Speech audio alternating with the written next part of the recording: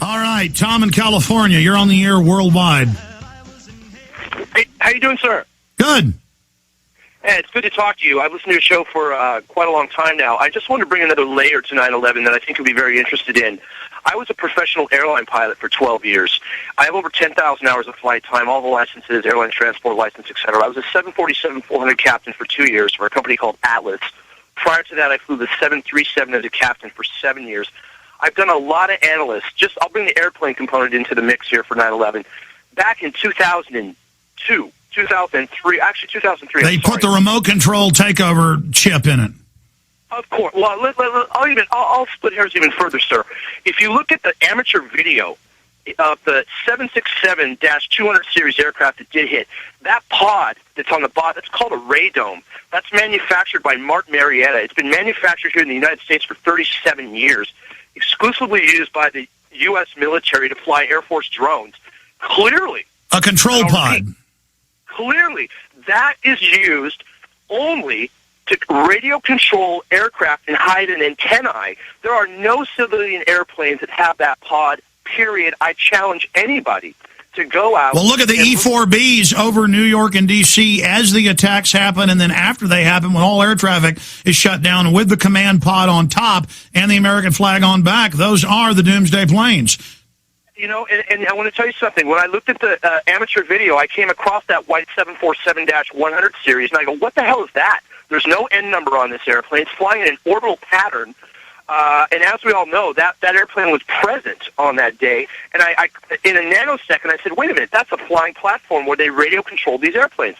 One more piece of information, if I may, and that is that if anybody even has half a brain, I know all your listeners do, thank God, but the people I talk to who are sheeple, and I say to them, look, it's right in front of your face. You say a 757-200 series hit the Pentagon. Where is the debris field? Where are the body parts? Where are the two 10,000-pound CFM engines?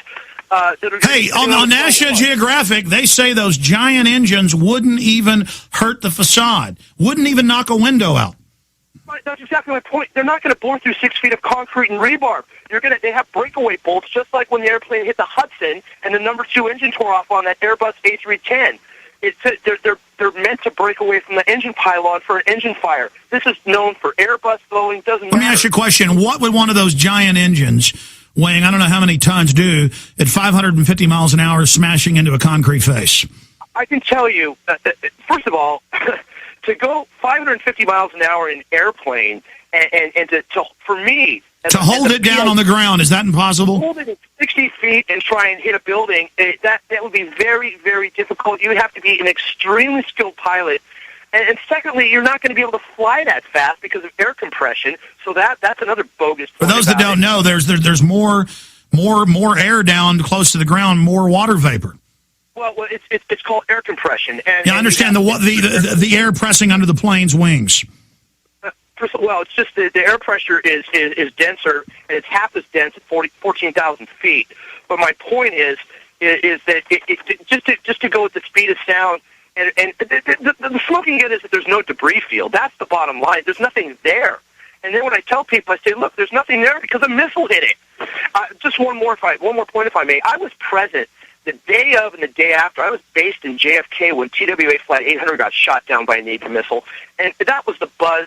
I talked to an American Airlines flight crew that was landing on the 2-5 complex there and saw the frickin' thing get shot out of the sky. Now, they've interviewed over 100, and I think it's 87 members of the military that said, yeah, we were running a drill for missile tests that night. Of course, there's an area called Warning Area 105, 80 miles northeast. You can see it on any aeronautical chart. This is where they were doing that.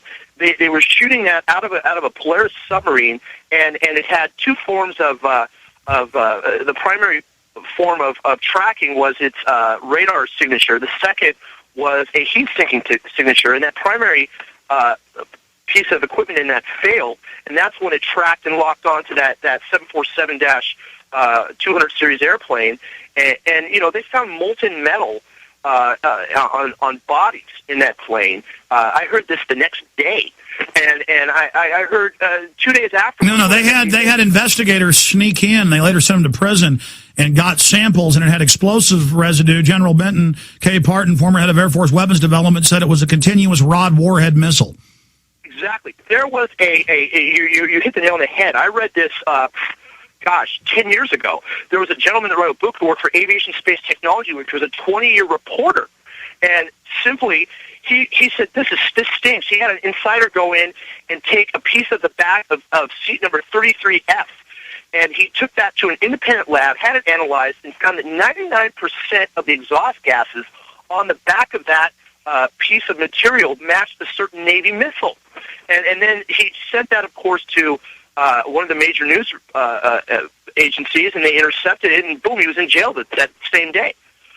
So there it is. Absolutely, continuous rod warhead. When they put the plane back together, you can see where it hit. All right, thank you so much, sir. Interesting points. Fits in with all the intel we have. You know, the first plane, the evidence shows, was a drone on the towers as well. Stuart in New York, Joppa in Texas, Lauren in Ohio, Tommy in Virginia, and everybody else. Your calls straight ahead at 1-800-259-9231. This is the GCN Radio Network. I'm Alexander Emmerich Jones.